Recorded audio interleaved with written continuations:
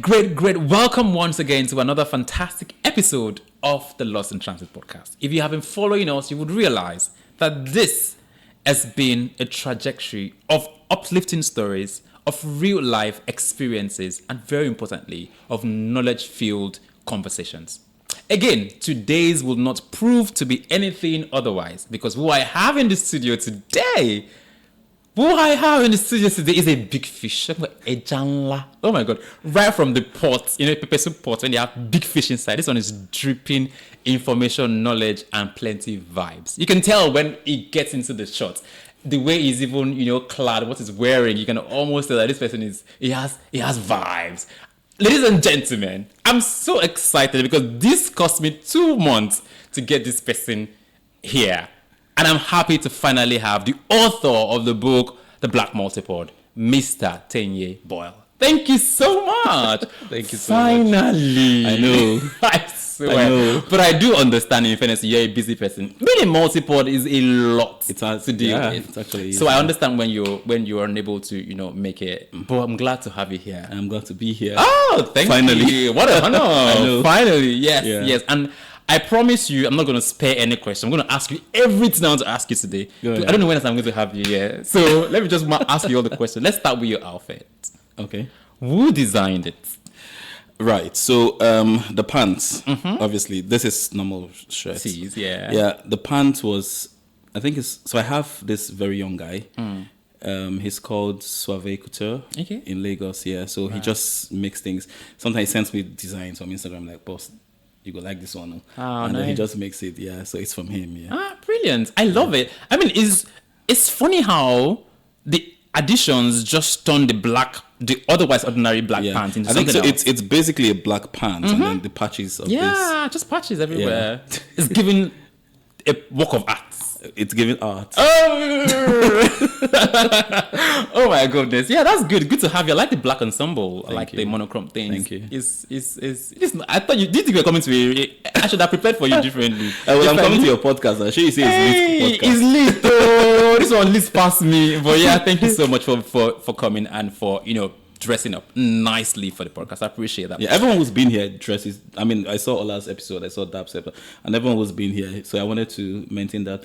You didn't maintain it. You surpassed it. Thank you. You see me looking like. But yeah, thank you so much. Your presence even matters more than what you're wearing, and I appreciate. And more importantly, what you're going to be sharing with us today. Right. So let's start with growing up back in Nigeria. Tell me fond memories about growing up with parents, with siblings, how you maneuvered growing up, and then we moved into the part where you started to realize your very rare ability to do multiple things and excel at them. So I would say I had a very fun childhood, and my parenting is very complex. Now imagine if you have a mom was a teacher, school teacher, and then my dad was a soldier. Yes. So, so why I say it's fun, because I've been in positions where my artistic side suffer, or I tend to hide it because, of course, my academic side had to thrive. And then, obviously, my dad was strict. My mom, at the time, she wasn't strict as my dad, but she was very big on education because her dad was a teacher as well. Right. Yeah. So it was like, go to school, So my fond memories growing up was obviously around school because that's where I actually discovered the things that I love and can do. Because, so there was a time in, I think it was primary 4. I mean, I don't know how they grade it here, but yeah, I think from primary 3, I think I started to draw. Yes, and at that age, I had teachers who would, call on me to make sketches. Yeah, and then those sketches obviously go to classrooms.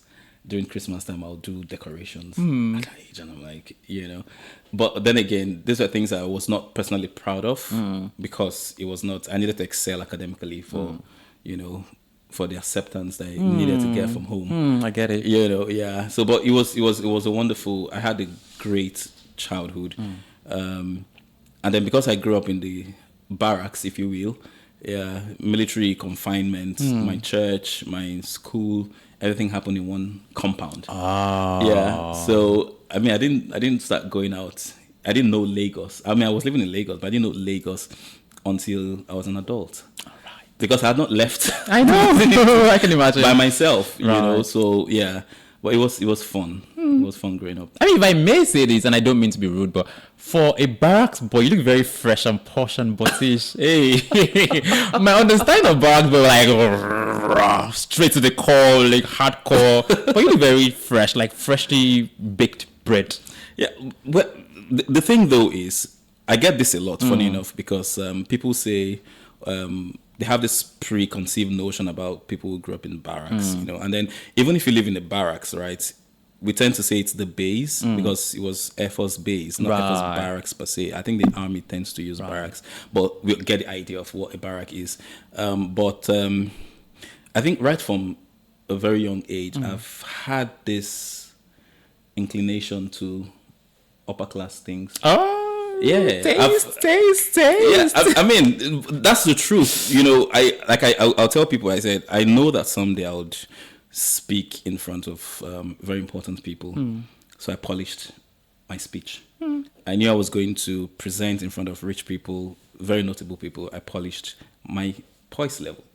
You know, so it was a conscious effort to, you know, build myself away from the kind of environment I was from. Right. Oh, that's quite interesting. And see how it's paid off. Look at you sitting gallantly.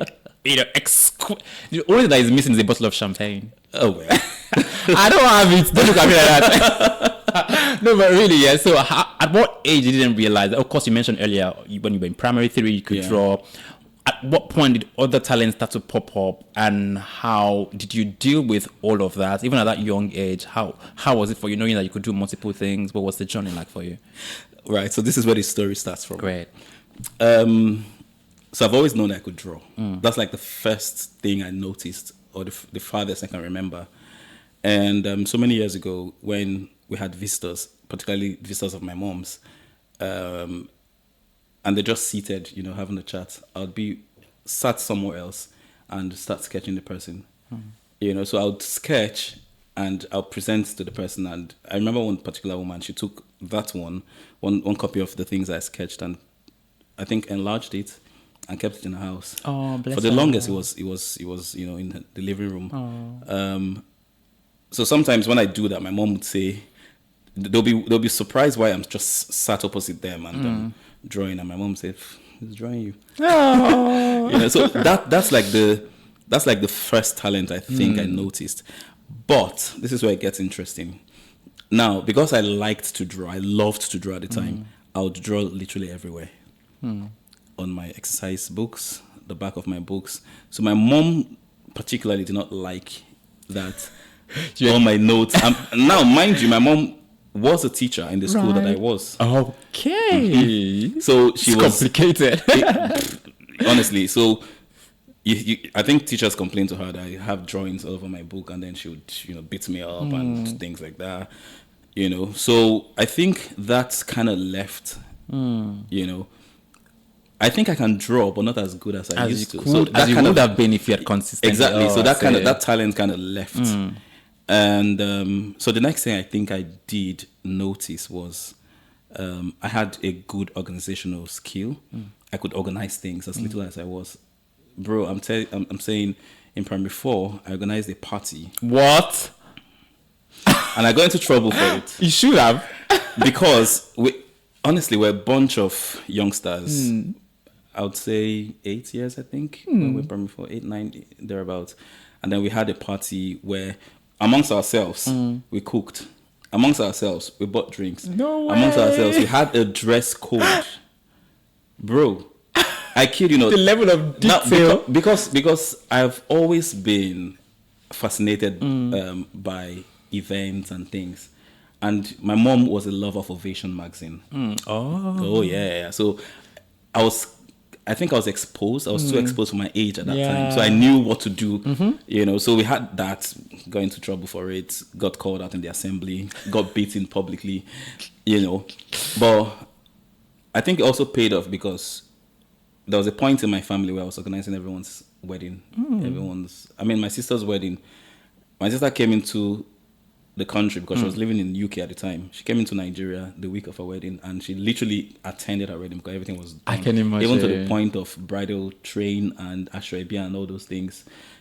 So and that was like the next thing I kind of realized I could just organize things. And then when my mom is, talking about an event, I'm like, oh, I think we should do it like this. And she just look at me. So that was there. And then I love drama. I said acting. I don't think I can because that also phased out. But I'm more on the production side now, like behind the scenes, writing and directing. But these were like the talents that had phases. So got to secondary school, then discovered music. And now because music is such a big part of my family. My dad sings,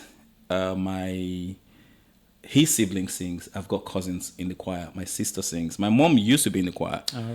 So it was only natural that was like the next thing to explore for religious reasons. Join the choir in the church. Yeah. So I did join the choir, and that kind of took precedence over lots of things that period. And then, of course, I excelled in the choir. I rose to the position of a choir master as still a teenager. What? Yeah, because I was so good. And now, having to say it myself feels like being pompous, but I was so good that, and because I was a treble, I was a boy soprano, I was so good that for other people to see solos, for other people to take solos, other sopranos, You have to be sick. I have to have rejected it. Oh, God. It was that, and now the kind of music director I had, right? He wasn't the type that would say, "Oh, I want the solos to go around for everybody to." Now, if you're not good, you're not good. And then 9 out of 10, I'm always like the best voice for it, But then again, like my voice broke as expected. I became a man. Oh, I get it. And then I moved to the tenor part. Right. But when I moved to the tenor part, I was already losing interest in singing. I wanted to conduct. I wanted to direct the choir. And then I just became that. Wow. And now that was breaking protocol because it has never happened in the church I went to. It got people talking. My dad was in the choir at the time, and people were just saying favoritism and things like that. Because my dad was also... Now, this is the funny thing. While I was a very good soprano, my dad was a very good bass singer. So my dad had an era where he too would have to have rejected bass solos. Yeah. My dad would be in the congregation on days when he's not with the choir. He would be in the congregation and be singing from there when the choir is singing, and most times overshadow the bass singers on the stage. Oh, come on. Yeah. So so we had that abundance of talent. Yeah. And then we had that notability in the church for singing. And then my sister joined the choir. She also did very well in soprano part, but I'd left the soprano part at the time. So yeah, that's like the next. And then, of course, growing up after that, going to university, other things took precedence. I discovered writing. I remember that I always wrote tributes. My mom always called me to write tributes for funerals, So I knew how to coin words. I knew my way with words. So writing took precedence. And I think writing was one of the actual talents that I got paid for. Yeah, so there's that tendency to feel like, oh, because I get paid for this thing, this is the one thing. This is my purpose, my calling, But I got paid for that. I moved on to something else. And I got paid for several other things. So it became like a problem. Yeah. Which would be the actual one. Right. Yeah. Right. So before we talk about that problem now, an average person in Nigeria will be watching this and be like, wow, how is it a problem? You can do this. You can do that. Yeah. How is it a problem? Tell me exactly how it is a problem and how the problem manifested. How long it took you to find out this was a problem. And then, but before we talk about that, can we talk briefly about what being a multipod really is? But there's not so much knowledge about it, especially in I come from Nigeria. I would say, I never heard of it before until I saw your book, until that message from, you know who said, meet this person. I'm like, and I have to go Google him, like, what's this multiple mean? Do you get? And I'm trying to be very honest here. But I read it, I'm like, okay, so does it think of multiple? Okay, maybe I'm not so weird after all. Do you get? So yeah, tell me what exactly is a multipod and how you found out that many talents was a problem for you and how you dealt with it. Right. So the word multipod stems from a compound word called multipotentiality. Now that's the ability to thrive in two or more things, and also the ability to pursue two or more things. It goes further to say pursuing them cyclically, simultaneously, sequentially. So that's what the word means. Now I chose to go with multipod because I felt it was less wordy than multipotentialites. So and I wouldn't take credit for it, even though I kind of popularized the word, but it popped up somewhere where somebody felt like, nah, let's call it multipod. And then when I read one of the articles from Emily Wapnick, who was the person who, I'll come to how I got to know her, was the person that really greatly inspired this book and a couple of other things I do. So when I found the word, somebody suggested the word multipod. I'm like, I'm going with this one because I've seen multipotentialites everywhere. I've seen multipotentiality. That's what you see in the dictionary. But multipotentialite is the person, so that's like the noun of the compound word.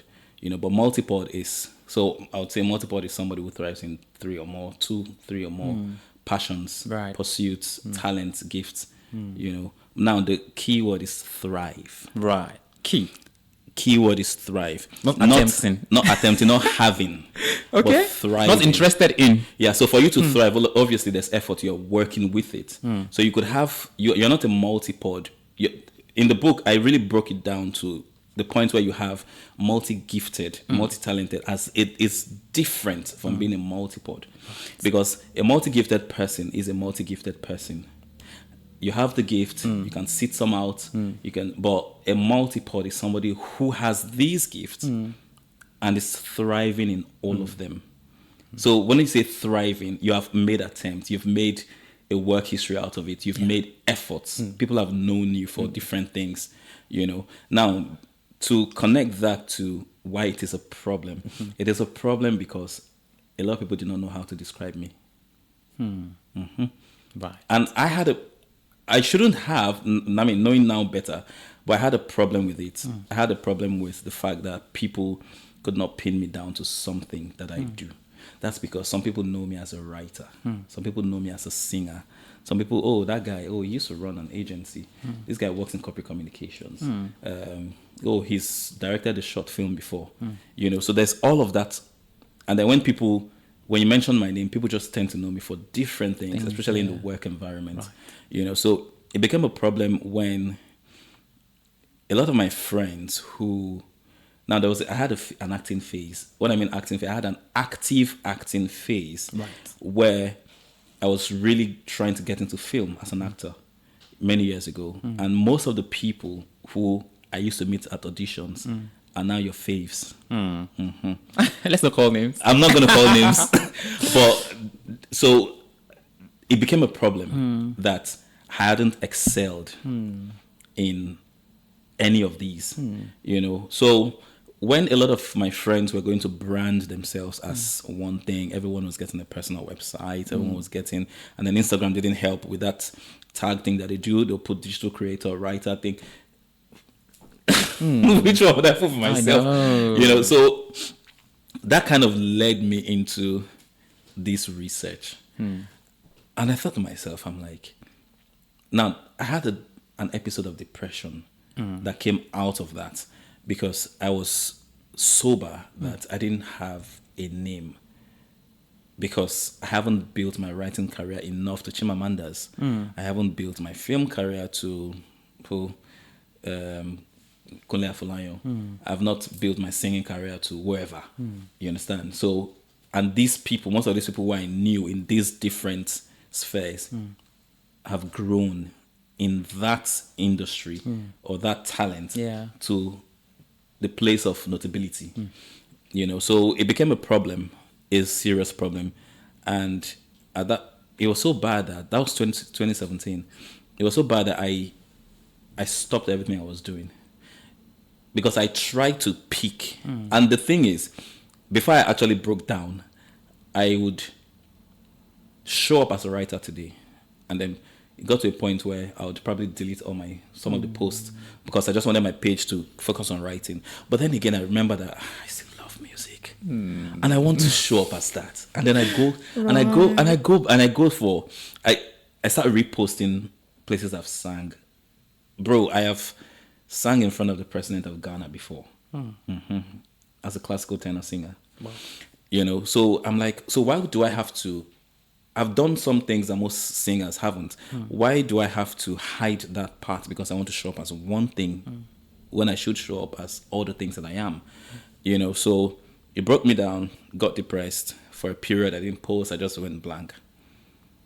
And I said, I can't be the only person suffering this. And that's where it gets interesting. So I went into study. I was reading. I'm like, I cannot be the only person. And then I read way down to the construct of society and how it changed. Now, before the industrialization era, you had people who were called polymath. And these people, example, Michelangelo, W.E. Du Bois, you have John Washington Carver. These were people that were captain of industries. When I mean industries, you have scientists, artist, lawyer as one person, and they were celebrated in the Renaissance era. Right. So, and then of course this was pre-industrialization. So when the industrialization came, there was down the need for specialty. People were now specializing. It didn't used to be like that, you know. So that's where forgetting that humans will still be humans, and humans will still be as curious as Whatever humans. phase the world goes into. Yeah. So, but the world became unfair to people who had the flair for multiple things, you know. And so that's the construct. Society kind of now expects you to show up. Oh, I'm a lawyer. I've been a lawyer for 50 years, and that's the only thing you should show up as. I'm a professional lawyer. Do you understand? And then you're at the top of it because that's the only thing you've done. You're a specialist in quotes. So when I read about that, I got that knowledge and I knew that there was a problem somewhere. It's not me, it's society. You know, so, and because I've had phases on social media where I judge myself, I'm like, if I post this and they'll say, oh, you don't come again. You know, he's posting about music this time. They were not saying it to me, but I felt like people were judging me, that I couldn't settle into one thing. And then I said, well, I'm going to show up with my full chest, with all the things that I do. Right. You know, and I started talking about it. Trust me, it took guts. It took courage to come back and start talking about this thing. At the earliest parts, people didn't really, they were not keen on it. They didn't take heed to any of my teachings. I was just talking about what I've found, what I've learned. So I calling myself that. And it took a while, especially when the book came out, for people to actually, bro, I get emails, I get DMs, I get a lot of thank yous. Wow, oh, there's a word for this. Oh, I'm not the only one. Oh, I'm not stupid after all. I'm not confused. No, you're not. You're just a multipod. And we exist. You know, so it's honestly, it's been an interesting journey to do this, because I say to people that I've gotten to a point where I've chosen to leave out all my gifts. There's a reason why God gave them to me. It's not his fault. It's not my fault. And if you cannot deal with God's magnanimity in my life, I am sorry. Perception. I like the way you've described it. I am so sorry. I'm actually not sorry. I would show up regardless. You know, so yeah, that's that for me is my life goal. And then now turn it into a book and a career as a certified life coach. Now talking to people like myself who are struggling with their own multi-potentiality. It's been a great thing. Honestly, I didn't think that people would pay me to teach this. Oh, are you serious? Yeah. Okay. Yeah. I had to go and certify, you know, as a life coach, because I wanted to. Now, if you listen to most life coaches or motivational speaker, which I don't think I am, but most life coaches are pro specialty. They want to coach you to mold you into one thing. You have to show up as I'm gonna brand you many. I'm gonna brand you many. I'll brand you it. many. I'm not going to. If you come to me and you say I'm struggling with this, which should I choose? I'm like, why do you want to choose? Why should you choose? The temptation to choose is because society expects you to show up as one thing. But some of us are bouquet of flowers. You can choose to be a single rose. Sunday service in here. But yeah, it's so refreshing to hear you say it in a very uplifting way. I can see, and I know that this perception you have of it, it's coming from a place of, being down, being grounded, being trashed on, being treaded on, but then coming up again with the full force, because there's a full knowledge and a full realization of this thing that is deemed as a challenge, but it actually, in fact, is a blessing in disguise. And I like how you talk about it so beautifully. It took me 7 years to write that book. 7? I'm not surprised. It took me, and that is, bro, I can literally go on TED and talk about this. You can put me side by side with anybody who thinks you have to brand yourself as one person. I'll ask you certain questions and you won't be able to answer because I have come prepared. I took that wound, that depression, and I turned it into war. Wow! So if you're not, if you're going to come to me saying things like, because I've had a few silly comments where they say, a lot of people are just confused, but I'll break it down to you like I did in the book. I was going to ask you that. Do you? From a standpoint of being aware, I know that this exists, and I say it because I've moved here to the UK, and a lot of things that I didn't understand about people, about myself, have become very clear. Things that I thought were, let's not talk about it. Do you get my point? But you get what I'm trying to say. Like, a lot of things, perception has changed about quite a number of things. And I understand where people may be asking you from an ignorant point of view and describing this as an identity crisis. Exactly. Or some form of confusion. Right? And I understand that theirs is not from a place of knowledge. It's ignorance. It's trying so hard to put you into one box. Right, but then you're not fitting in and they're wondering why. So they'd rather just label you as to something that they can fathom. You'll be shocked that a lot of people are filled with their own emptiness. And it comes from a place of, like you said, it comes from ignorance. And that's why I'm dedicated to educating that ignorance, just so people learn. Right. And that's why I'm not just posting about it from a place of content. No, it's education. Right. And at the end of the day, not everyone will consume my content because it's not meant for everyone. Right. And I have this mantra that I'd rather be worth knowing than well known. So I'm not bothered if a lot of people are giving me a yes. The few people who have given me a yes will do. Wow. Quite profound. You don't want to be well known, but you want to be worth known. Yeah. Okay.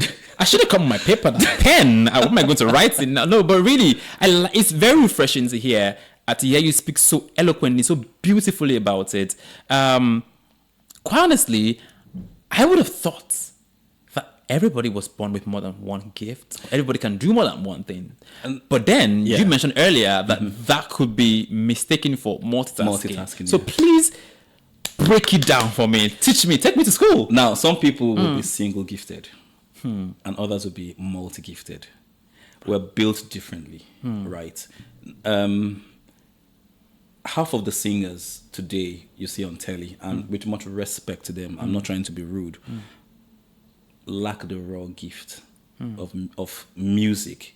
And that's because obviously popular music has become a jamboree. Right. Anyone just jumps in and makes good beats, but actual singers who have the raw gift are the singers, while the rest are just performers, as I like to class them. Now, not everybody would be multi-gifted, and not everybody will be single-gifted. You have single-gifted people. They just come to this world today, know how to do just one thing, and that is how they are. They cannot understand, they cannot relate to you and I who have multiple gifts. And rightly so, because we cannot relate with them who have just one thing, But obviously, people come on my comments and then sometimes I've done a couple of webinars where people would ask questions I sell chin, but I also have a fashion designing outfits. That's multitasking. If you're a chef, you know how to cook. You love to cook. You have the gift to cook, even though obviously half of the time it's skills that you need to refine. But because you have the basic flair for cooking, that's a gift. But if you also alongside that or with that, you're a good writer and you've written a couple of times and people have attested to the fact that you're actually a talented writer, and then you can sing, that's you being a multipod. But you having a chin business and then a hair business that you don't do the hair, you have no idea, you have girls that are doing, you're multitasking.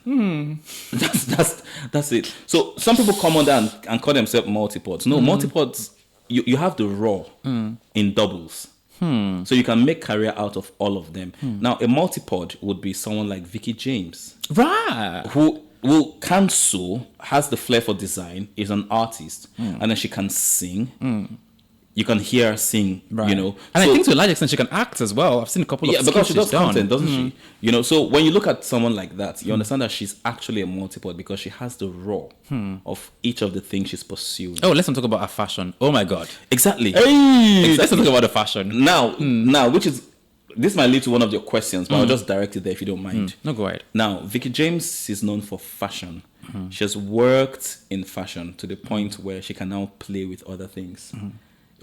And that's where a lot of people, this is going to be very difficult to understand. Now, someone's asked me, why don't you build one particular one to a point and then you explore the rest? And I'm like, if you build one of your gifts or your talents to just one point because you feel when you get there you will do other things, well, you wouldn't have an experience with the other things. So I'm a believer that build alongside what would shine will shine.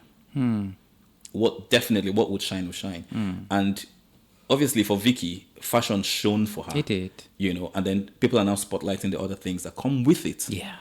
But if she hadn't probably been in the choir before, if she hadn't done most of the things she would probably, would she now start to sing now?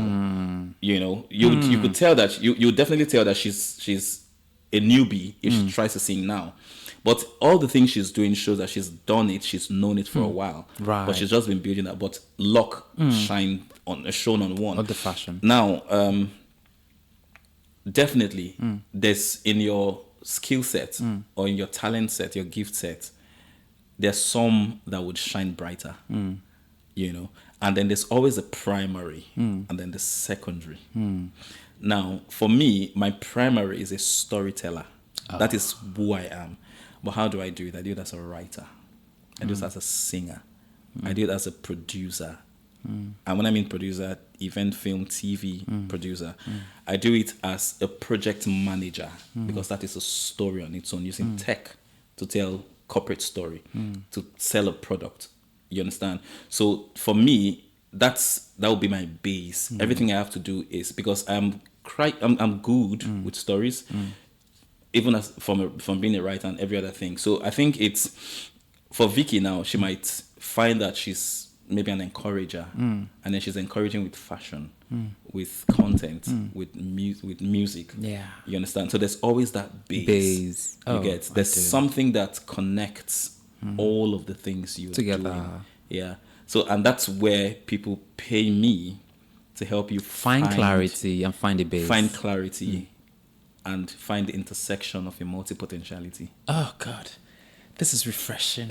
And the fact that you've put some structure to the madness, makes the madness less madness. True. True. Because so it's about finding a convergence. It's about finding a point where everything shines through. Yeah. Where everything meets. Yeah. And just, I hate to dwell on it, just to point out again that the reaction of Nigerians towards Vicky's interest in this and that further emphasizes the lack of knowledge Black people generally have about the concept of multipotentiality, right? If I'm people writing in the comment section, can you just stick with your fashion? That's what we know you for. But girl is killing it in fashion. It's not like she has that focus. She's killing it there. You're just angry that she's killing it everywhere. Literally. So that's it. Literally. What you don't understand, you envy. Absolutely. And what you want to learn from, you copy. You know, so a lot of times you find people who are, this is what we know you for. So accidentally, yesterday I saw a video of hers. I think it's pinned on her page. I just was keen. And I went to watch, and she was talking about multi-gifted people. I'm like, oh, there you go. And I think I need to send her a copy of the book. Yeah. You know, so she was talking about how people expect her to show up only as a designer. She can do other things. You know, just basically the curse. But it's a curse on us. Yeah, I can imagine. The curse of being multi-gifted. You know, and then she was talking about it, and I just laughed because it's the same thing. We all get that thing from people who do not understand. Are willing not to understand. Bro, do you know that some people are dedicated to not understanding you? It's a career. It's a goal. They don't want to understand you because they feel like if they understand you, they'll judge you less. Oh. Yeah. So they would intentionally not understand you just so they can wallow in their, like I said, they're filled with their own emptiness. Okay. Oh, a lot of wisdom you dropped here. Oh my gosh, we have a part 2. Oh my God. But I like it. I like that out of your own misery, there's become some clarity that you are touching light on other people's, confusion. Yeah. Because it's something that can be ordinarily explained as confusion, as being unclear about what you want to be in life, or being lazy, or being, just naturally scattered. Do you get? Whereas it's your brain trying to pick this, pick that, and excel at them at different. And then I can imagine how I have a background in public relations and brand management, right? So when you were mentioning something earlier about wanting to brand yourself a certain type of way, I know how it is when you are this and show up as that. It's a lot easier for people like us to tell that story. Exactly. But when you come with multiple, I'm like, what do I brand you as? And I could relate as well because up until recently, I've always wanted to do a podcast. Matter of fact, I was sharing with someone earlier that my very first attempt was, of course, back in Nigeria. Podcast was not a thing then. Back in the UK, I paid for a session 6th of January 2023. I had a guest. I was heading to the studio when the guest said I couldn't make it, and then I stopped it. So doing it now, I'm like, so I could have done this thing earlier because us saying I couldn't make it just made me feel like, okay, maybe she thought I couldn't do it. Maybe I couldn't do it. Then I just left it. But this is the 7th, 8th episode. And look at us now, and you're killing it.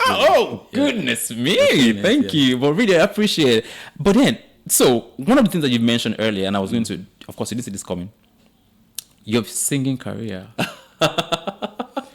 This one especially for one of my very good friends who insists that I cannot sing.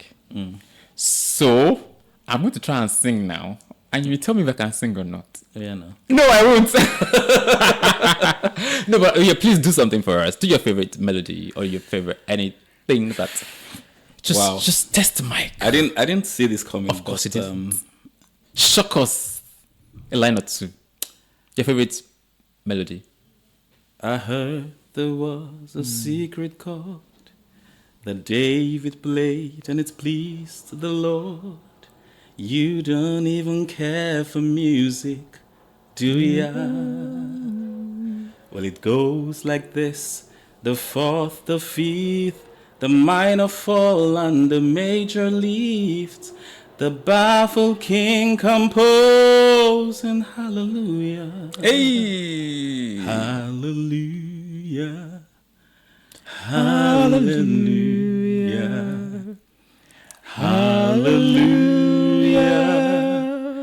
Hallelujah. Oh my God. Thank you. Oh my God. I should have done that, but you did, and it was great. I hope I didn't mess it up though. Yeah. No. You did quite well. Because I was scared. I didn't want to embarrass myself. You did quite well. Oh, that's so good. So indeed, then you actually can do all these things. I've seen you host a show. I've just watched you sing live. And of course, we discussed a couple of ideas about the events that you plan to hold, which I thought was brilliant. So, if that can come, and Of course, and I've also seen the event that you hosted or produced all the way from here in Port Harcourt. Actually, It was fucking grand. It was grand. I'm like, you were not there present. I didn't know you did it. well, Oh, okay. Anyway, right. So we always have, of course, we talked about being a multipod. Let's talk about being a multipod in the UK. But before we get there, let's talk about why you moved to the UK. Let's talk about your first few, months here, the experiences. Did you feel accepted as a multipod? How did you find your footing as a multipod here? And is it a thing here that is well understood compared to Nigeria? And how are you finding it here being a multipod? So which should I start with? Coming to this country? Yeah, let's start from there. Right. So, I think now, obviously, I know your company is Jackpot Jantis, it's called. Yeah. I wouldn't say for me, I wouldn't say exactly jackpot. Oh, okay. And that's because, I'm saying that because, and I'm not being rude. I'm not putting anybody down because, there are some celebrities that have watched the interviews and they're like, no, I'm not the jackpot. This thing. I'll see if it makes them any better. But, that's not the point. Now, but the point is, though, my reason for leaving Nigeria was triggered by NSAS. I know Ola said that on this pod and a couple of other things, but it wasn't the actual reason. Right. NSAS and the rest just made it quicker. Right.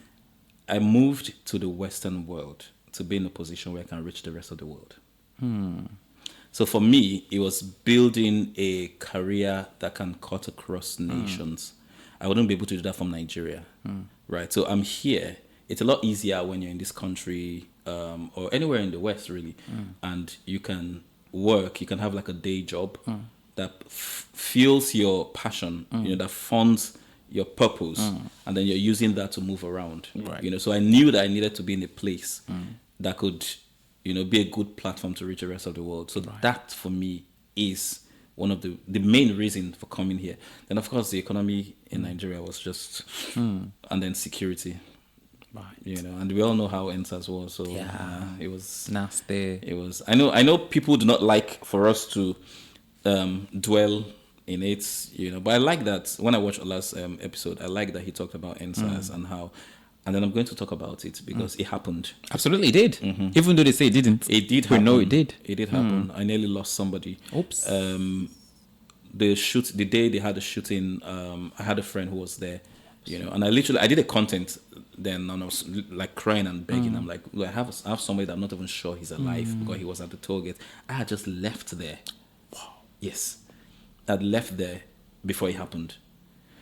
So it's such a nasty and very irresponsible for anyone not to admit. Right. So when you moved into the UK, how was it like for you adapting, adjusting, and then finding your foot again as a multipod? Did you think UK was going to be, welcoming with open arms to a multipod from Africa? Now let me tell you the kind of person that I am. I love to take on challenges, and then coming to this country, I was prepared to do the worst, bro. You see that notion they paint when we're younger that India, bro, they wash dead body. If I see, I for wash. No. To be honest, I was that determined because I knew I was going to a new place. I knew I was going to a place where I was going to start from ground zero. So I was ready to start regardless. So coming here, I think because of, being a multipod and the bandwidth that we have, the strength and curiosity that we have to thrive in multiple things made me accept to do the things that I wouldn't be able to do. I wouldn't do not normally in Nigeria. Right. But then again, I had to do them because the primary goal is to survive regardless, So yeah. But in terms of if it's a thing here, you'll be shocked that I have some white friends who, as a matter of fact, there's a lady that says, she sent me a message, she said, I bought your book. I'm white. I bought your book. I know your book is race specific, And we're not going to go into that, but I don't regret it.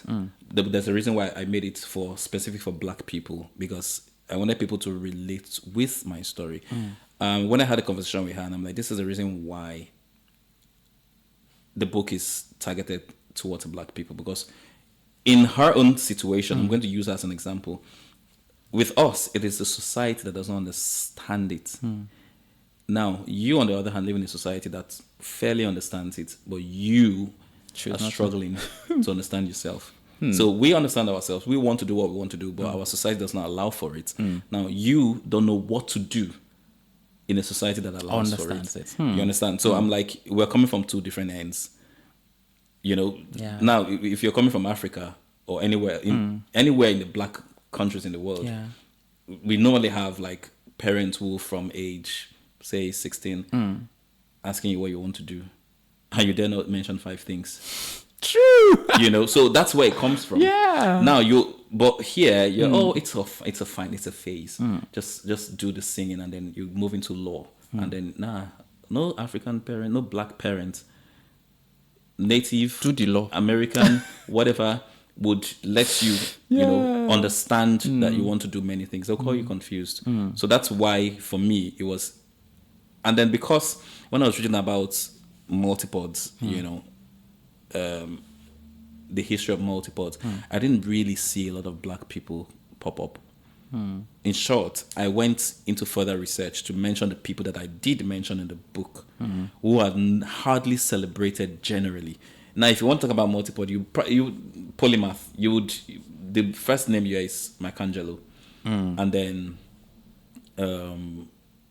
what's his name again? This other guy, but basically English people, okay, or white people, but most of the names are George Washington Carver, W. Du Bois, all them people were people that I went to really dig and read their story, and I said these people are multipods, were polymath, and should be celebrated as much as the other people that you tend to see when you pop in on the net or anywhere to read about people with multiple passions. Right. Yeah. Right. Okay. So, what has the reaction been like for the book? I mean, of course, it's one thing to write a book, to find someone who wants to, or a company wants to invest in your book. Yeah. What was it like being a publisher? This is your first book, isn't it? I mean, first published book, exactly. Yeah. What was the journey like for you becoming published? Did you have someone invested in, or did you believe in it so much so that you put your money to back it up? Or how was it? I mean, how was that journey for you? I mean, that is another entire story. I wrote an article, I think on LinkedIn, Diary of a Black self-published author. And a lot of people. So this is it, right? Self-help books hardly thrive or hardly marketable if you yourself are not a big deal. Right, fair enough. So for instance, now a Fela Dorothea would easily sell a book because he's made a name for himself. His wife will, but when your personal brand is not big enough, and then you're doing self-help, it's a lot harder for publishers to take you seriously. True. Now, if you're doing fiction, if I was writing a story of one black girl in the middle of the desert, she found love, and trust me, I know how to go about that, and I would get publishers to put their money on it. But I knew that, look, with or without anybody, I wanted this book to be out. I wanted the journey to happen. I self-published on Amazon, which thankfully is not as tedious as it would have been if I was back in Nigeria. It would have been harder. That thing that you said. Yeah, it would have been harder. So, but it was easy to self-publish, But now, acceptance is another thing I might want to talk about. You know that in this country, there are different kinds of black. Yeah, I'll take you there. Please take me there. There are different kinds of black. There is us, who are first generation immigrants, black. And then there's those who are second generations, who are by nationality English or British. And then, of course, you have the Jamaicans and the other black people. I find that in this country, what sells, is when you come under the umbrella of black British as a black person. And even, if I live here long enough, I'll become British by passport or by nationality. But I'm African, and I always will be. So I didn't want to twist my book. I know with you, you've worked in PR. I've worked in corporate communications and by extension branding. So I understand how I could have branded myself to show up and come under the umbrella of Black British, because most of the Black events that they do, when you go there as a native African who is heavily tongued like I am, there's that. I wouldn't say segregation, but there's that consciousness. Yeah. So that I wasn't ready to.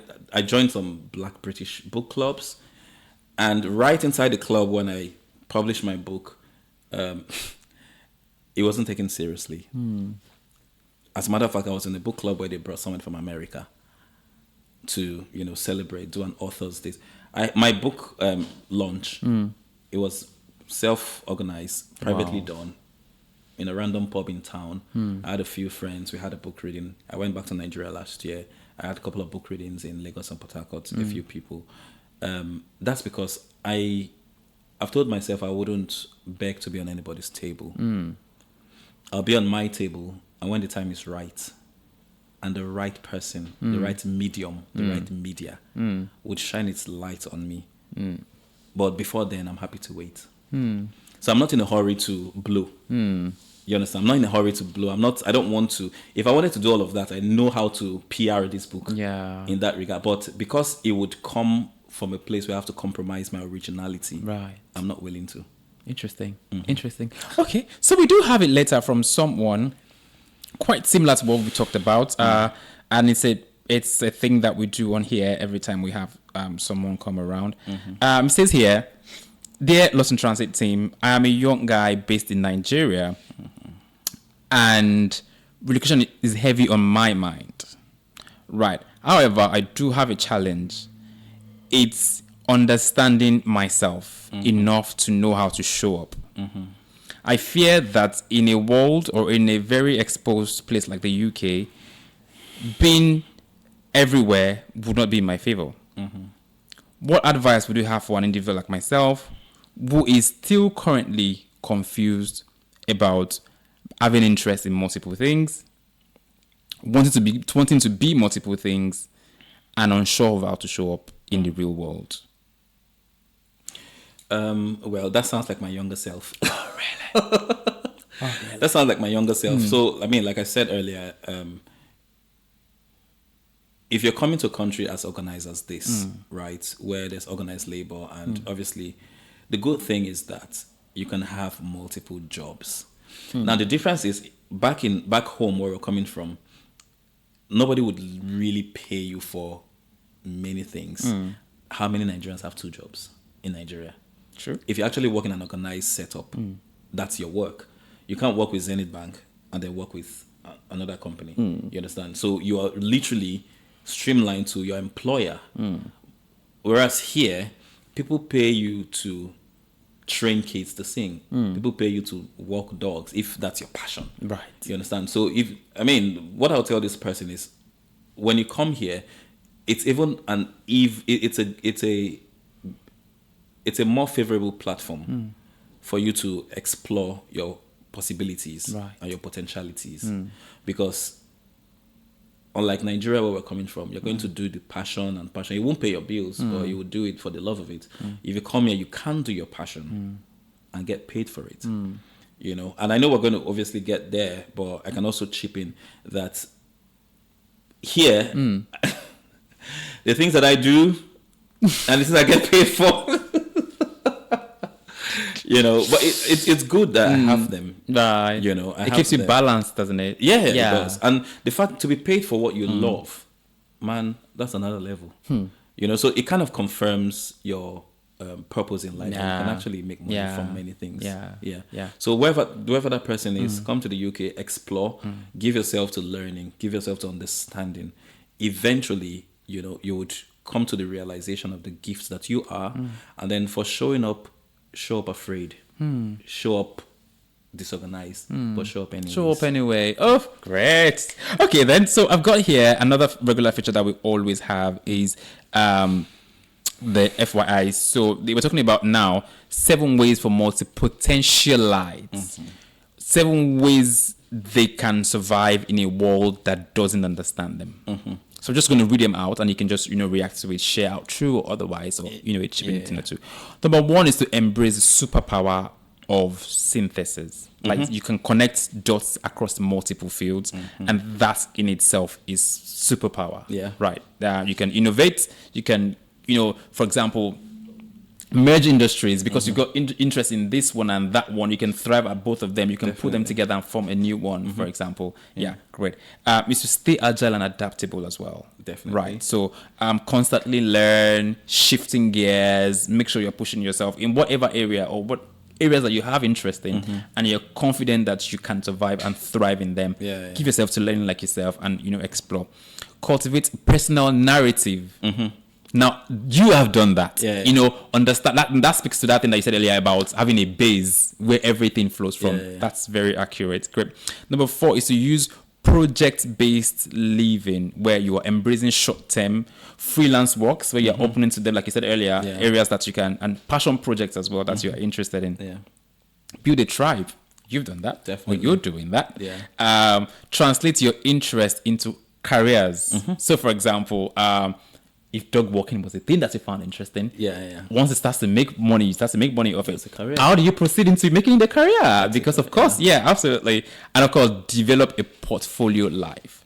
Where everything that you can't do, you are housing them together. And that's such a very refreshing approach to understanding this curse of multipotentiality. Sure.